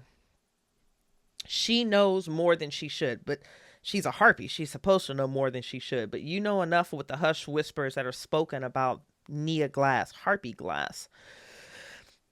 This might be one of the most dangerous non-combatants in the domain. She's of Clan Lasombra. And she jogs in. She's having a conversation with Mr. Prim. She touches base and has a quick conversation with someone else. And you can see her wrapping the cord of her earbuds around her phone, which it's 2025. Like, aren't they all wireless by now? No, she still has the ones that attach by a cord to her phone. And she stops just in front of you in the bench and she's looking around and she looks into the sanctuary room, has a moment, and she turns and she looks down at you and she goes, "Ah, Ivy, hi, good evening." Hi, how are you doing? So I want to say well, but I don't know why we were called in. Do you know who actually called us in or for why? Have you heard anything? No, I know that Angel went to go check it out, but, I can't go where he goes. So I have no idea. Yeah, well, for what it's worth, there are places Angel goes that I don't want to go. Fuck, he hasn't heard anything either? We just arrived about, oh, I don't know, like 10 minutes ago. So Okay. All right. Let me see if I can figure out what's going on. I mean, maybe it's another beckoning, but I don't know. have a bad feeling. Me too. Yeah. My gut's pretty good when I have a bad feeling about something. Yours? It, it's about 50-50. She nods. And she goes, okay, well, I guess I'll see you. And she stops and her eyes sweep left and right. And she takes a step back and she looks to you. You know your clan is working against you right now, right? Yeah.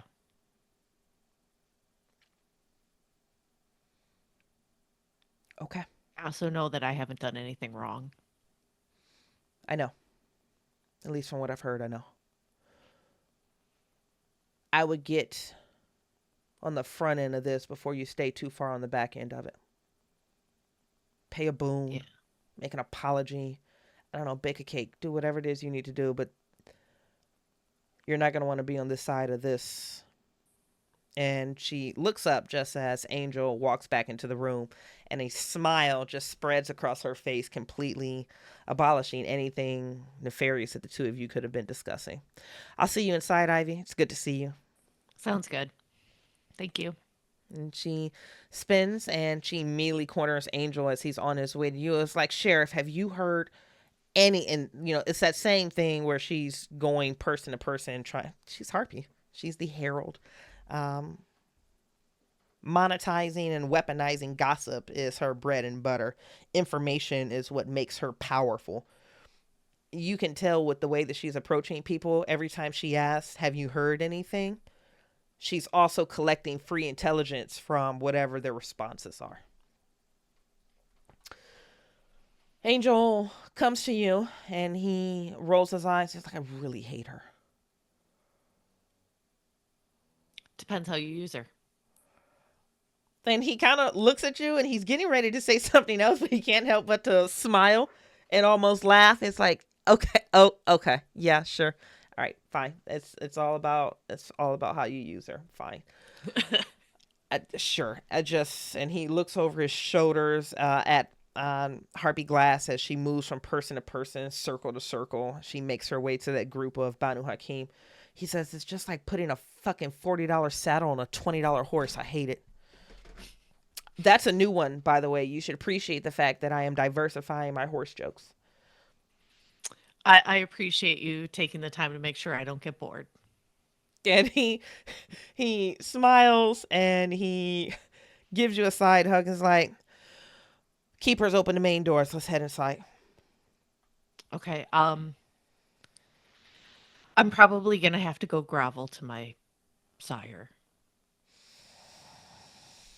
Deep breath that is released with a growl. Yeah. Um, According to somebody with all the information, I I'm in a bad spot.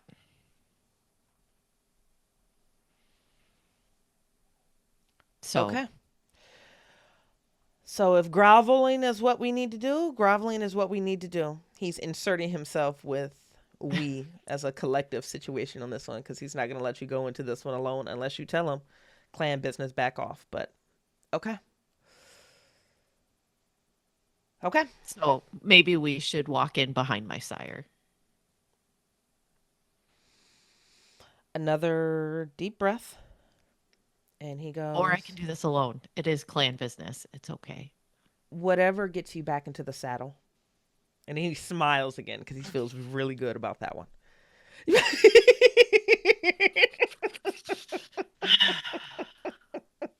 One of these days, my eyes are going to be stuck in the back of my head. He headbutts you and he whispers into your ear, stop horsing around and go suck up to your sire. And then he walks away, full victory. Yeah, he just like dropped me. Damn it. Yep. So I'm gonna go like slink over to my sire and, make sure that I look subservient and I'm behind him and, all of that. Make a show of it in front of Elysium. Right. Oh, that is stunning. What does your sire look like, Ivy? What does Moses look like? Um, Probably I picture him a lot like Ving Rhames, like just Yeah. really imposing, just this Yeah. big brick of a well, vampire, Yep. but like just imposing, like takes up space, just is. So that's kind of what I pictured. I like this. Moses watches you. He locks eyes with you with a cold level intensity as you approach, but he does not speak to you. And you know how Moses is wired. You haven't earned the right to speak to him since you've displeased him. But what he doesn't do is turn you away when you fall in line. The Banu Hakim enter into this space as a unit. They're one of the few clans that do that, if not the only ones, where you file in per rank into this room, where other people just gather. Excuse me, you all file in. Ivy, inside of this massive room, you have the center aisle that is oversized, obviously, for coffins and pallbearers and things of that nature. You have two collective rows of folding, comfortable chairs, and then you have stanchions at the front, and then there are two rows of six on either side, so 12 and 12, 24 for officers of the court, for those of the higher status, typically anybody looking at six or above, and things of that nature. Question for you: do you think Moses is high standing in the city, or do you just think he's deeply feared in the city? Do you think he has enough status to be up front, or do you think he's just a horrifying presence within Columbus? I think he's middle. So Okay, like maybe 4 or 5 status, not like 6, and above. perfect. Okay, so he's sitting in Gin Pop, but towards the front. I like that. I like that. The rest of you, once you file in together, are expected to scatter and sit or stand wherever it is that you choose. And like I said, we're seating about 200 people in this room. Ivy, one thing you immediately notice is that Prince Stephen Yu isn't here. You don't see him, which is strange that he's not here. Someone else that you don't see, who you expect not to see, is Seneschal Carly Miles of Banu Hakim. Now, rumor on the street, what everyone else knows, is that the Seneschal has been missing for the latter half of 2 weeks, going on 3 weeks. It's unknown at this point whether they were beckoned, whether they're dead, whether they've been hunted, but there's a massive investigation going on right now where everyone is looking for Seneschal Carly Miles. What happened to her? Where is she? There has been foul play? No one knows what's going on. The Banu Hakim know. You know. And whatever it is you know, you and I are going to talk about in your player room, and this might be a backer only episode. Okay. But you and your clan know exactly what happened to Seneschal Carly Miles. But this is something that is sensitive enough that you can't even share with Angel. So the Seneschal isn't here, and the prince isn't here. And you notice that Nia Glass, the harpy, the herald, is not seated in those top 24 seats. Her back is against the back wall, and she's watching people file in. Now, that serves a couple different purposes, Ivy, and you've picked up on this before. One, her standing at the front of the room watching people file in. She can control who with what status goes where. So her and her little lesser harpies can quickly be like, get up, you go stand to the back. I don't know what you thought you were going to do, and you don't have the status to stand here. The other thing that she can do is she can watch who's talking with who's sitting with who has a habit of sitting with two. You know that she's been able to identify coteries before coteries were even named, because she just watches people very well. She probably had eyes on you and Angel being a couple before you realized you and Angel were a couple. She's very observant. So she's standing against the back wall. And the sheriff, unfortunately, can't sit with you in this type of situation. He has to be standing and he needs to be on patrol. But what is your current status, Ivy? Yes, I have effective. Okay, so you're an acknowledged member of the Camarilla, which means you've been released to your own recognizance. You're no longer accountable to your sire. Your sire is no longer responsible for your fuck ups. And then you've also been appointed by probably your primogen or perhaps even Prince You as effective. I like that. Okay, where do you sit? Um, I would think that she would usually take um the middle of the room against the wall. Like, Okay. if it was like lengthwise, she'd be in the center Yep. and probably leans up against the wall with like her foot up on the wall, like one Yep. knee bent. Yeah. Perfect. Perfect. Just Okay. watching everybody. So you're another watcher. While other people are consumed in their gossip or their phones, you, Nia Glass, your boyfriend, several of you are watchers. As you are watching, my love, you and I are going to throw some chops. I need you to roll me. Let's do intelligence and awareness. Okay. So, intelligence Mm-hmm. is 2, awareness. It'd be the third column. That's 2. So that's Okay. 4. That's 4. Okay. We're going to throw paper, rock, scissors on 3. You ready for me? Yep. All right. Going in 3, 2, 1. Oh, we both got scissors. This is good. Okay. Yep. Your total is a 4? Yes. Okay, my total is a 3. So this isn't a critical success for you, but this is still a success for you because you've beat the difficulty on this one. So you're good to go. Here are the things that you notice, Ivy, as your foot is against the wall and you're scanning the room. There's not Sorry, a single gangrel in this room. Oh, you're fine. Okay. There's not a single gangrel in this room, which Okay. is concerning. Gangrel historically are your early warning system, your early activation system that something is terribly wrong. If not a single gangrel is in this room, that means they recognize that something was very, very wrong and chose not to come in force. With that success, you also recognize that you don't see any of the mages in this room. There are no Tremere in this room. Okay. So there's no gangrel and there's no Tremere. Okay. And do me a favor and just throw a chop with me really fast, baby. 3, 2, 1. Okay, good. You got me beat. Looking across the room, as you can see, Sheriff Angel making his rounds, you can tell that he's picked up that something is wrong. If he had hackles, you would see them lifting on the back of his neck, but you know him intimately enough that he's got a nose on something that isn't right. You can just recognize how that intensity builds in his chest. His eyes seem a little bit darker, and his scrutiny just dials in a little bit more. And the back door's open, and Keeper Victoria Bouchard enters. Again, this is of Clan Hakata. She's wearing her iconic black corset. She has this fiery red hair that's pulled back tight.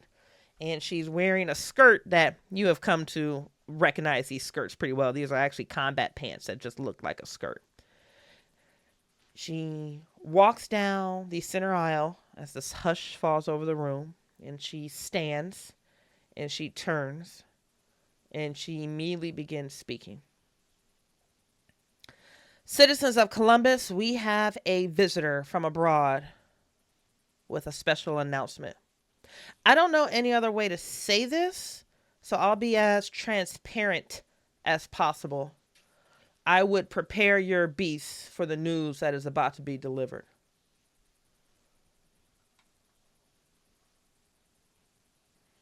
A petite woman, 5'4", begins to walk down the center aisle. And Ivy, this isn't just a walk. This is a death march. This woman is saturated in trauma and sorrow.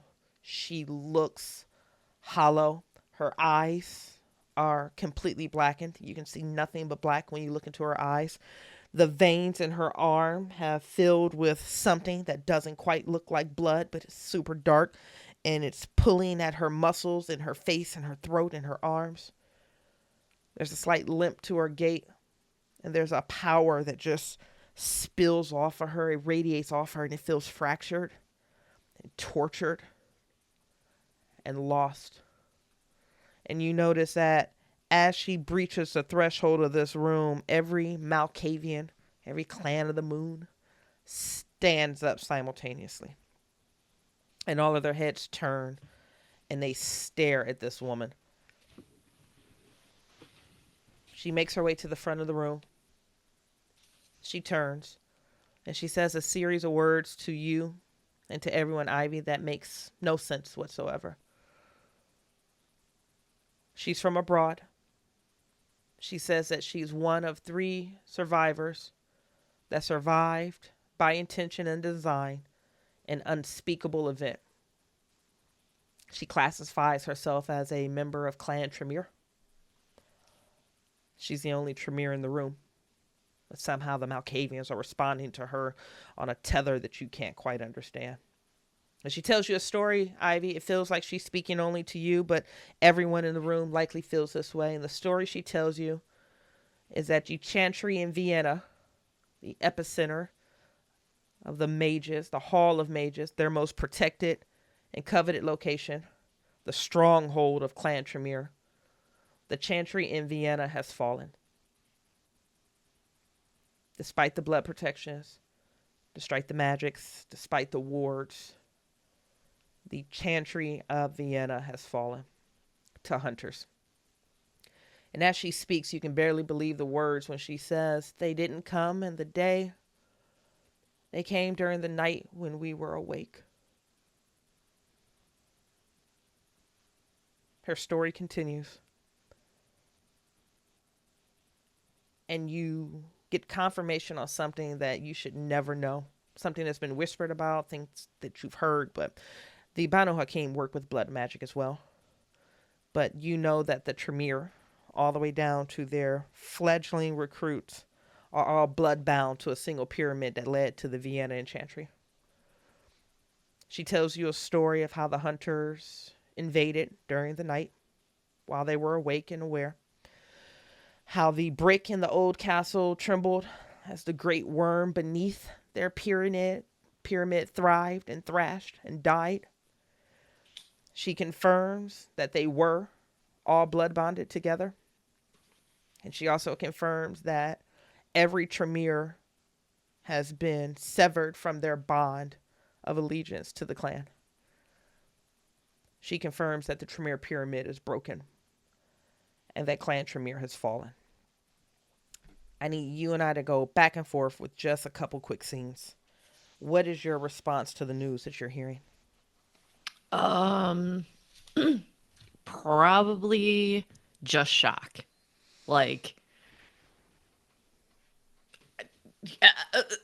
that's kind of probably what her brain's doing. Like, I don't know what to say. I don't know what this means. Like, I mean, I know what it means, but I don't know what it means, like, and then like probably playing like, okay, so that means I have to keep an eye out for Rogue Tremere. That means I have to, like trying to play like what her next, steps are going to look like for her clan and for her. Yeah. Yeah. And it's not just you that has to plan that, Ivy. The entire Camarilla does. The Tremere pyramid is broken. Hunters were powerful enough to go to the Chantry, the most feared clan here, and eradicate them during the night. The woman continues speaking, and as she accounts the tale of how these hunters invaded a sacred and awarded space, and the blood of Tremere flowed all through this literal and figurative pyramid, the Malkavians begin to scream, one after the other, all in different pitches, all with different tempos, all with different levels and intensity of heartbreak and agony and fear and pain. And it doesn't take you long to put together that this symphony is being driven by this woman's story, this woman who hasn't even given her name, because let's be honest, Ivy, her name doesn't matter. Who she is doesn't matter. The story she's telling is the only thing that matters. But her story is tethered directly to the Malkavians, who are witnessing and experiencing the death of every Tremere that has died in that pyramid. And their screams are the screams of the individuals that died. And the entire room is just erupted in a sea of screaming Malkavians who are howling and wailing as they experience and embody the trauma of every Tremere that died.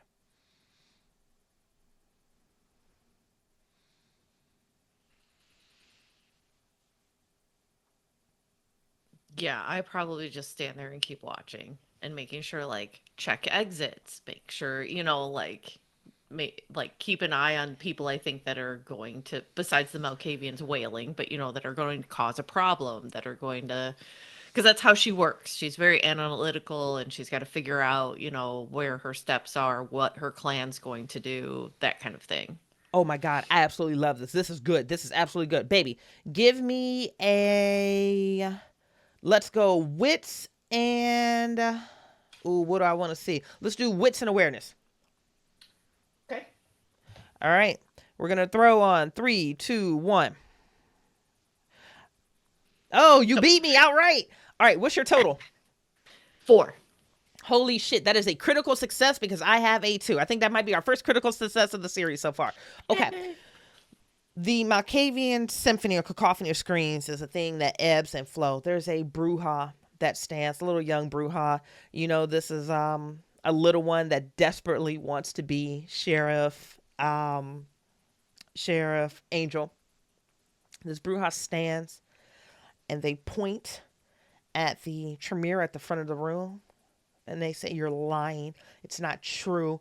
This didn't happen. This couldn't happen. You're here. You're a false prophet."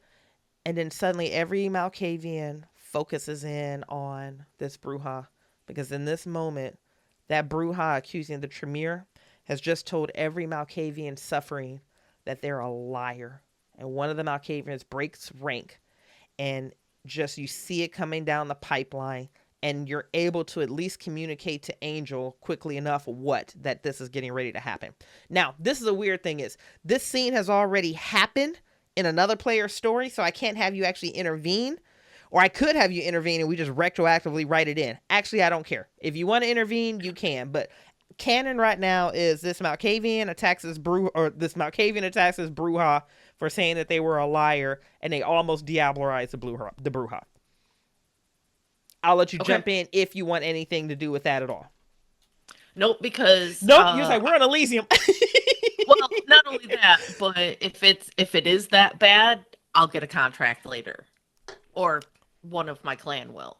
So it's like, I don't have to intervene now, because if it's needed, I will intervene later.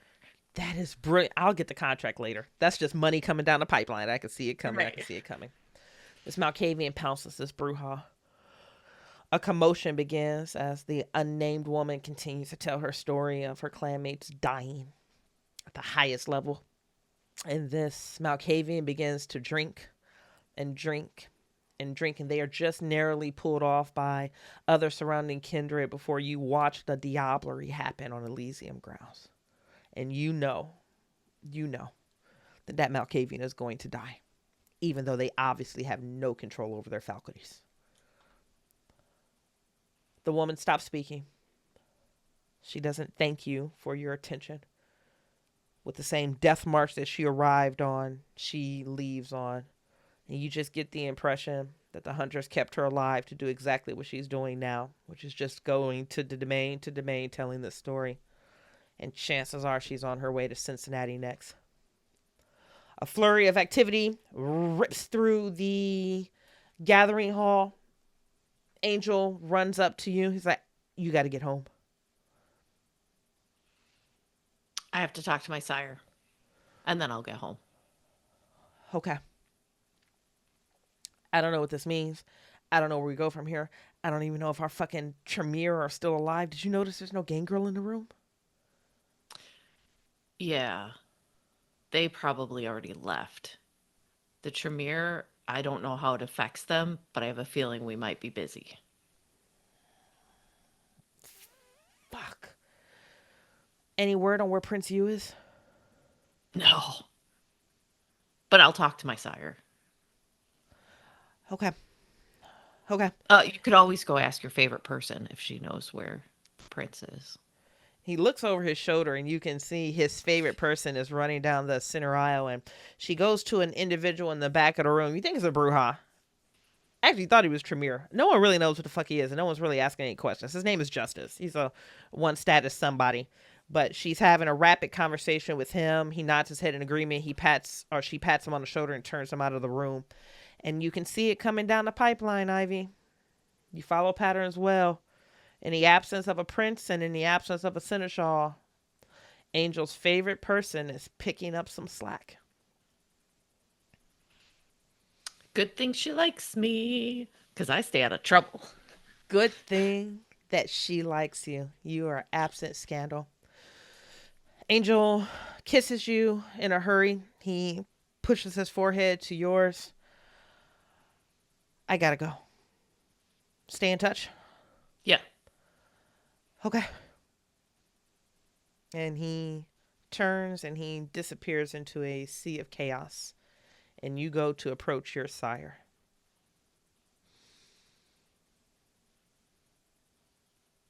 What does this look like? I probably walk up to him with my eyes averted to the ground. And I walk up and I stand slightly behind him. And I wait for him to either acknowledge me or get finished speaking with whoever he's speaking with. You know, basically waiting for orders. Okay. Ivy, you're not the only individual waiting for orders from Moses. You're the one showing the most amount of deference, as one should. Your favorite person told you to get on the front end of this, and you're doing a very good job of taking the advice of someone who's brilliant.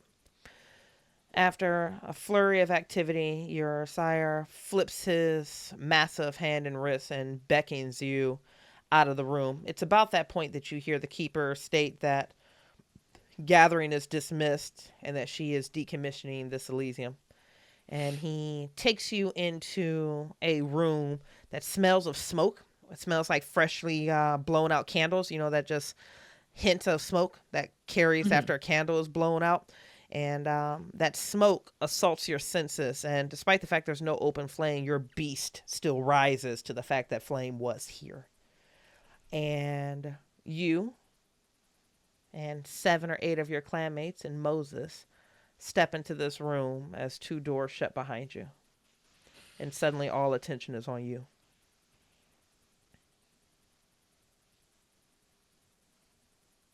Like they're just all looking at me. Everyone is staring at you. I'll just like look around at all of them and not say anything. It comes fast, Ivy. I need you to throw some chops with me. Okay. 1, 2, 3, shoot. Okay. Throw another chop with me. 1, 2, 3, shoot. Okay. And throw another chop with me. 1, 2, 3, shoot. Okay. Everyone is staring at you, and you're looking around, and you can feel it coming down the pipeline. But you don't quite recognize that they would have the audacity to do this until it's already done. What does it feel like when you're staked and sent into torpor? Oh, I don't know that I would necessarily feel anything. Okay. If it happens fast enough, if they're using celerity. Mm-hmm. Um, but because your mind's still awake, I probably saw a flash and wanted to react. And in my mind, I probably did. And then it takes a little while for me to realize I'm not awake. So then I have to sit there and go, oh shit, I'm not awake. You don't know what they're going to do with you, Ivy. But you know that it can't be good. As you are bagged and carted away by your own clan, you can hear Angel's ringtone coming through on your phone. It's a phone that you can't answer. That is the end of that scene. Are you ready for this half scene? Yeah. Okay. Ready to just keep pushing through it? Yep. Okay. Let's keep this momentum, unless you need a break. No, we're good. We're at time right now, but I don't anticipate this taking more than maybe 10, 15 minutes. This should be brief. Is that okay? Yeah, no, that's totally fine. Okay. The ground you're on feels damp. Concrete, maybe. Asphalt. You feel a relief, a vacancy that is pulled from you as that stake is pulled out of your chest. And you're able to blink awake, gasp a breath that you don't actually need because you don't need to breathe. And you are no longer torpid, but you don't know how long you've been out. Has it been days? Has it been weeks? Has it been months? Has it been a year? You're not entirely sure. The room around you is completely dark. Every member of your local clan is seated around you with their legs folded and their hands clasped together in their lap as if they are ready to receive an offering, as if they're ready to receive blood. And the individual that has just unstaked you is your sire, Moses. And you know what ritual this is, Ivy. And I'm going to give Tiffany an opportunity to name it. This is a binding ritual that is initiated with you being torpid, your blood being taken from you and distributed to ghost hands of 2 or more of the individuals that are surrounded around you awaiting an offering. And this is a final order. Whatever Moses is getting ready to say to you, your options are compliance or death. And this is part of the ritual. What is the name of this ritual? Probably, I would say, sounds like the ritual of subjugation. Ritual of subjugation. Wow, Tiffany, that's strong. Ritual of subjugation. Because basically, they're telling you to fall in line or get out of fucktown. They don't allow you to stand. You don't have an opportunity to anyways, as this your imposing sire very slowly lowers himself to a crouch before you. He locks eyes with you, and you feel a fear that you have never felt before. And he gives you an order that you can't deny, even if you wanted to. Valentine's Day, 2025. It is the anniversary of your first kiss.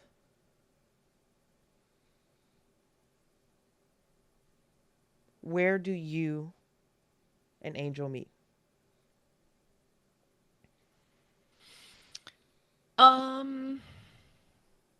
Probably at the stadium.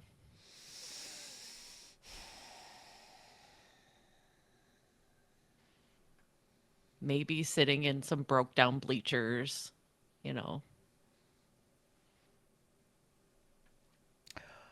I buy him a horse stuffed animal for Valentine's Day.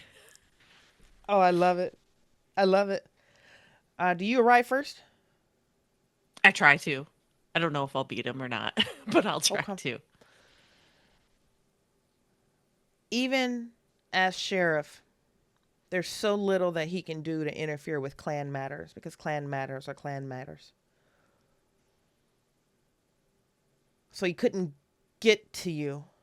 He couldn't retrieve you. You've heard stories, I'm sure, about the boons that he tried to pay, the gifts that he promised to offer, the means that he went to track you, to find you, to seek you, to beg Moses to return you, the scandal that he tried to file with Prince Neoglass. So when he gets the word that you have been released from the clutches of your clan and that you're ready to meet him at a place that is intimately known to the two of you, the place where you first kissed, the place where you first spilled blood together, the place where you first saw him frenzy and still chose to love him, the place that he fell in love with you. He's overwhelmed, blinded with relief as he runs up those same concrete stairs that he helped you up a year ago. And he sees you, and you can see the vitae swelling in his eyes. And he goes, I didn't think I was ever going to see you again. I did everything I could to get you back. Are you okay? And he just immediately closes in on you and pulls you into all the protection that he couldn't offer you for the weeks that you've been gone, for the weeks that you've been out of his grasp. I'll hug him and yeah, ask him how long I've been gone. And he will give you a time frame, which I'm just going to insert time frame because I don't really have how far Vienna falling announcement was to now. So, Hmm. Okay. um, and I don't know if I've mentioned it in previous recording. So we'll go at least a matter of weeks. Okay. He's touching you. He's pawing on you. This is a man who had almost convinced himself that he was never going to see you again.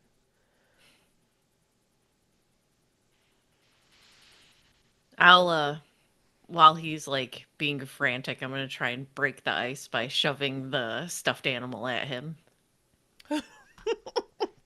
Happy Valentine's Day. Yeah. And his eyes are growing bloodshot from the tears and he's trying his best not to spill for the time that you guys are lost or the relief that he feels that you're back. And he looks down at the stuffed animal horse and he smiles and he looks up to you. He says, Happy Valentine's Day. So he looks to you with heartbroken and relieved eyes. He says, Happy Valentine's Day. And he pushes his forehead into yours and he just grabs you around like your shoulder blades as he pulls you in. He says, I love you. I was so worried. I was so scared. I did everything I could to get you back. I'm so glad you're okay. And yeah, she's going to look up at him with just blood streaking down her face as she reaches behind her back for both of her knives. End game. That, friends of Symphony, is where our show ends for the night. Thank you for tuning in. You are indeed the best part of waking up. Have a wonderful night.